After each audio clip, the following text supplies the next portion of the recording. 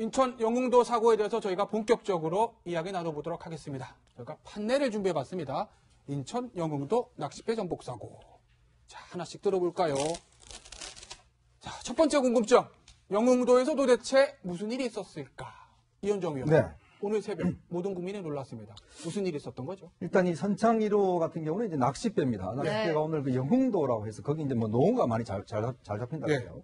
아마 그쪽에 이제 이 낚시꾼들을 데리고 이제 아침에 이제 나갔는데 시간 한 10분 정도 돼서 사실 오늘 아침에 이거 비가 내리고 안개가 껴서 상당히 좀 시계가 확보가 안 됐습니다. 거기다가 이 사리가 들어와서 상당히 조수간만해체가 심했던 것 같아요. 그래서 아마 파도가 좀 심하게 져서 더군다나 거기에 이제 영흥대교라고 있는데 그 밑이 이제 이 상당히 수로가 좁았던 거죠. 근데 거기를 아마 지나가다가 서로 배를 발견하지 못했고 특히 급유선 같은 경우는 이제 한 330톤 정도 되고 이 어선 같은 경우는 이제 9.7톤 정도 됐거든요. 그리고 30배 이상 차이 나는 것이니까. 그래서 아마 이제 앞에 발견하지 못하고 바로 부딪히면서 이게 이제 낚시선이 바로 전복을 했던 그런 사건인 것 같습니다. 지금 13명이 사망하고 2명이 실종한 굉장히 큰 사고인데요. 이 가판 위에 있던 사람들의 목격담도 지금 속속 동아일보 취재 노트를 통해서 또 보도를 통해서 전해지고 있는데 어떤 상황이었다는 거죠? 네, 탑승자 4명이 이제 갑판에 있었는데요. 갑판에 있으니까 바다가 깜깜했지만 엔진 소리 들리고 어떤 급유선이 다가오는 걸 보고 급유선이 다가온다고 얘기를 했었고요. 부딪힌다 이렇게. 부딪힌다 얘기를 했는데 엔진 소리 너무 크다 보니까 목소리 자체가 못 치고 부딪힌다는 외치는 와중에 쿵 소리가 나면서 배가 전복을 했다라고 진술을 하고 있습니다. 아마 그 위에 있던 4사람은 구명조끼라든지 이런 걸 했기 때문에 구조가 된 걸로 보이는데 선실에서 이제 휴식을 취하고 앞으로 이제 나오려고 했던 사람들은 조금 나오기 어려운 상황이 되지 않았을까 이렇게 보입니다. 허만선 차장, 지금 저 영상 보시면요, 지금 현재 구조 당시 구조 영상인데 보시면 해가 다 떴지만 좀 안개가 있어서 이제 뿌엽니다. 그럼 밤에는 사실은 해 뜨기 전에는 훨씬 더 시계가 안 좋았다는 거 아니겠어요? 사고 당시에는 아마 깜깜했을 것 같고요. 그리고 이제 그 시계도 안 좋았기 때문에 아마 그 배를 피하지 못했던 것 같습니다. 그리고 지금 이렇게 희생자가 많이 나온 이유에 대해서는 지금 그 날씨가 굉장히 기온이 떨어졌기 때문에 저체온증 이런 부분에 그 사망의 큰 원인이 되었지 않나 이렇게 생각이 듭니다. 물론 이제 구명조끼는 다 착용을 했지만 결국 저체온증 때문에 이렇게 된 것 같습니다. 지금 현장에 이제 동아일보 기자랑 저희 채널의 기자가 가 있어서 현장에서 취재한 내용들을 속속 저희들한테 전해오고 있는데요. 보면은 이게 이곳에서는 이전에도 사고가 난 적이 있다 이런 얘기가 나오고 있네요. 현장 구조 선주의 얘기가 지금 전해지고 있는데 이 출항하는 배가 최근 늘고 있고 항구와 항로가 비좁아서 사고 위험이 있었다. 이 때문에 큰 배가 다니는 것을 두고 수년간 군청과 항만청 등의 민원을 넣어왔다.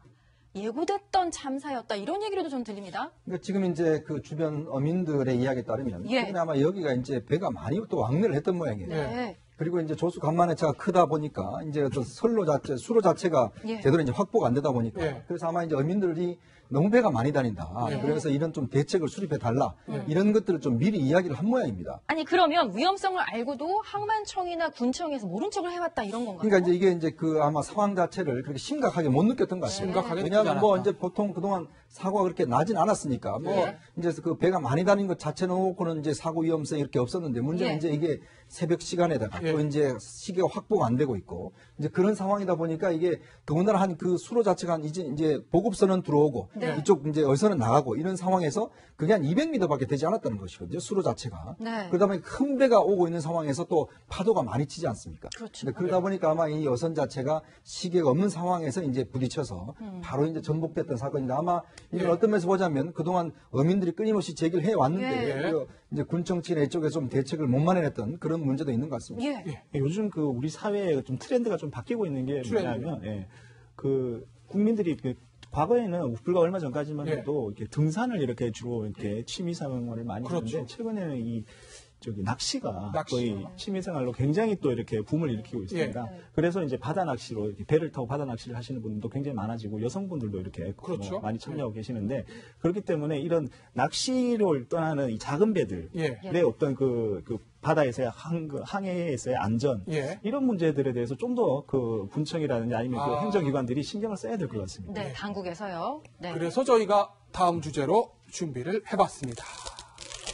바다 낚시 안전하게 하려면 지금 허만선 차장도 언급을 했지만 바다 낚시가 지금 등산을 제치고 레저 인기 1위라는 거 아니겠습니까? 국민 취미 1위가 네. 낚시입니다. 네. 근데 낚시가 있지만 바다 낚시는 약간 위험성이 있기 때문에 예. 조심을 좀 해야 되고요. 예. 예, 돌고래 그 일가족 그 18명 사망한 사건. 네. 최근에 그런 바다 낚시를 통해서 사망한 사건이 있기 때문에 조심해야 되는데 타는 그 승객 입장에서는 예. 뭐 주민등록증이라든지 이런 것들을 조금 가지고 있어야 되고 예. 선주 입장에서는 예. 업무 고액 같은 걸 준수를 해야 됩니다. 또 음주 운전 같은 걸 하면 절대 안 되고 이 지금처럼 좀 비좁고 이러면 이 날씨가 안 좋고 시기가 안 좋다 그러면 초량을 좀 늦추든지 해야 되는데 네. 그런 것들이 지금 잘 안 되기 때문에 앞으로는 그런 부분 좀 주의를 해야 되지 않을까 이렇게 보입니다. 그래서 저희가 준비를 해봤습니다. 바다 낚시 이것만은 알아두자. 이현종 의원님 네. 소개 좀 해주실까요?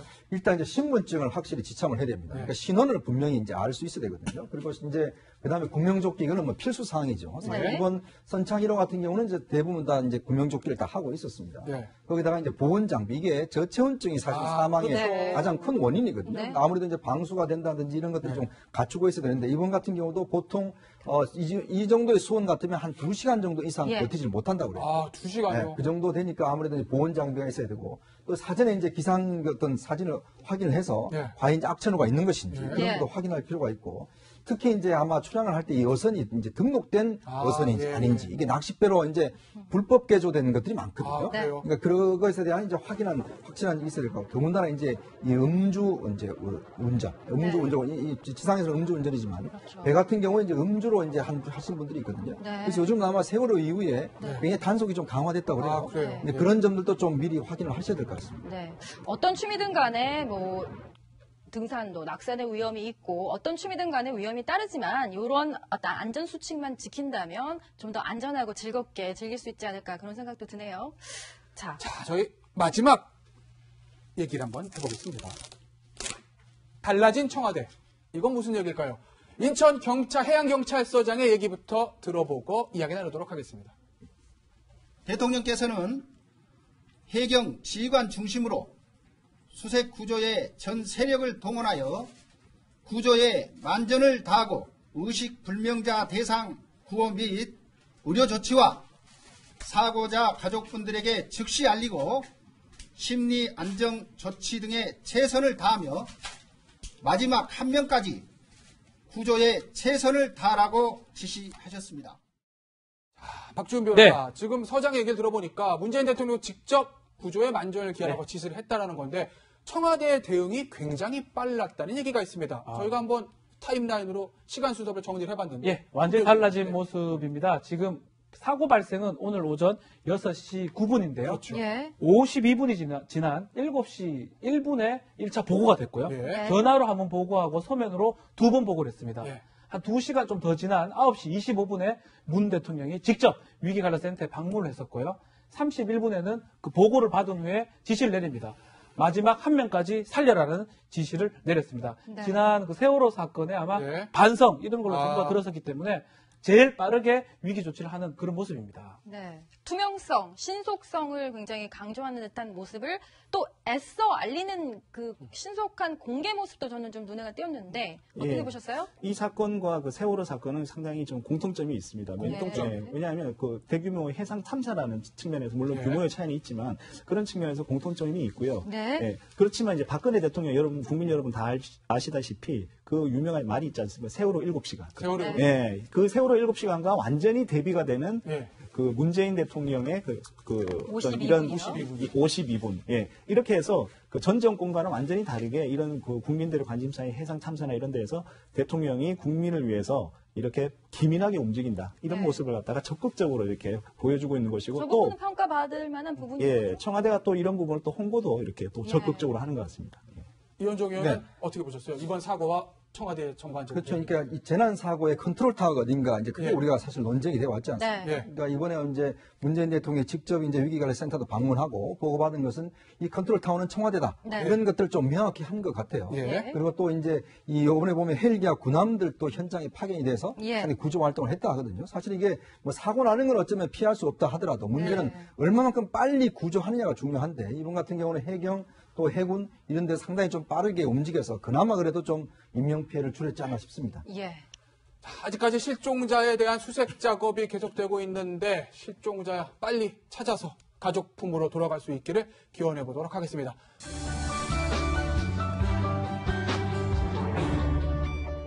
얘기가 나오고 있네요. 현장 구조 선주의 얘기가 지금 전해지고 있는데 이 출항하는 배가 최근 늘고 있고 항구와 항로가 비좁아서 사고 위험이 있었다. 이 때문에 큰 배가 다니는 것을 두고 수년간 군청과 항만청 등의 민원을 넣어왔다. 예고됐던 참사였다. 이런 얘기로도 좀 들립니다. 그러니까 지금 이제 그 주변 어민들의 이야기에 따르면 예. 최근에 아마 여기가 이제 배가 많이 또 왕래를 했던 모양이에요. 네. 그리고 이제 조수 간만의 차가 크다 보니까 이제 어떤 수로 자체가 예. 제대로 이제 확보가 안 되다 보니까 예. 그래서 아마 이제 어민들이 너무 배가 많이 다닌다. 예. 그래서 이런 좀 대책을 수립해 달라. 이런 것들을 좀 미리 이야기를 한 모양입니다. 아니 그러면 위험성을 알고도 항만청이나 군청에서 모른 척을 해왔다 이런 건가요? 그러니까 이제 이게 이제 그 아마 상황 자체를 그렇게 심각하게 못 느꼈던 것 같아요. 심각하게 왜냐하면 느끼지 뭐 않았다. 이제 보통 그동안 사고가 그렇게 나진 않았으니까 뭐 예. 이제 그 배가 많이 다닌 것 자체 놓고는 이제 사고 위험성이 이렇게 없었는데 문제는 예. 이제 이게 새벽 시간에다가 예. 또 이제 인천 영흥도 사고에 대해서 저희가 본격적으로 이야기 나눠보도록 하겠습니다. 저희가 판넬을 준비해봤습니다. 인천 영흥도 낚싯배 전복 사고. 자, 하나씩 들어볼까요? 자, 첫 번째 궁금증. 영흥도에서 도대체 무슨 일이 있었을까? 이현정 위원. 네.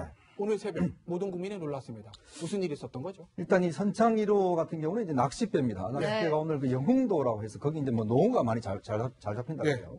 아마 그쪽에 이제 이 낚시꾼들을 데리고 이제 아침에 이제 나갔는데 예. 시간 한 10분 정도 돼서 사실 오늘 아침에 이거 비가 내리고 안개가 껴서 그렇죠. 상당히 좀 시계가 예. 확보가 안 예. 됐습니다. 거기다가 이 사리가 들어왔어요. 아. 상당히 조수간만해체가 심했던 예. 것 같아요. 네. 그래서 아마 파도가 좀 심하게 져서 더군다나 거기에 이제 영흥대교라고 있는데 그 밑이 예. 이제 이 상당히 수로가 좁았던 거예요. 예. 네. 근데 그 길을 아마 지나가다가 서로 배를 발견하지 못했고 예. 특히 급유선 같은 경우는 이제 한 3. 근데 선실에서 이제 휴식을 취하고 앞으로 이제 나오려고 했던 사람들은 조금 나오기 어려운 상황이 되지 않았을까 이렇게 보입니다. 네.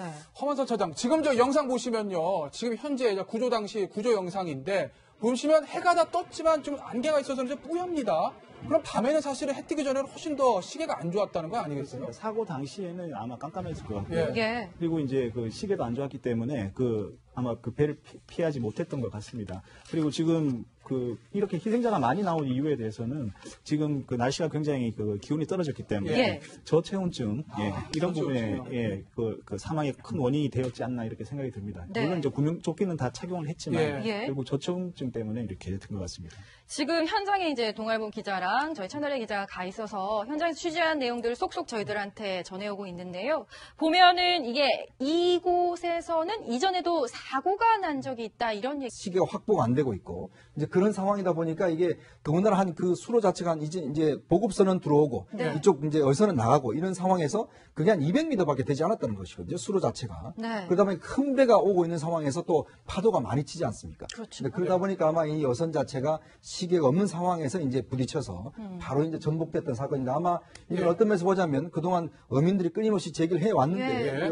이제 군청 측 이쪽에서 좀 대책을 못 마련했던 그런 문제도 있는 것 같습니다. 예. 요즘 우리 사회에 좀 트렌드가 좀 바뀌고 있는 게 뭐냐면 국민들이 과거에는 불과 얼마 전까지만 예. 해도 이렇게 등산을 이렇게 주로 이렇게 취미 생활을 많이 그렇죠. 했는데 최근에는 낚시가 낚시. 거의 취미생활로 굉장히 또 이렇게 붐을 일으키고 있습니다. 그래서 이제 바다 낚시로 이렇게 배를 타고 바다 낚시를 하시는 분들도 굉장히 많아지고 여성분들도 이렇게 그렇죠. 많이 참여하고 계시는데 그렇기 때문에 이런 낚시를 떠나는 330톤 정도 되고 이 어선 같은 경우는 이제 9.7톤 정도 됐거든요. 예. 그리고 30배 이상 차이 나는 것이니까. 네. 그래서 아마 이제 앞에 발견하지 못하고 바로 부딪히면서 이게 이제 낚시선이 바로 전복을 했던 예. 그런 사건인 것 같습니다. 지금 13명이 사망하고 2명이 실종한 굉장히 큰 사고인데요.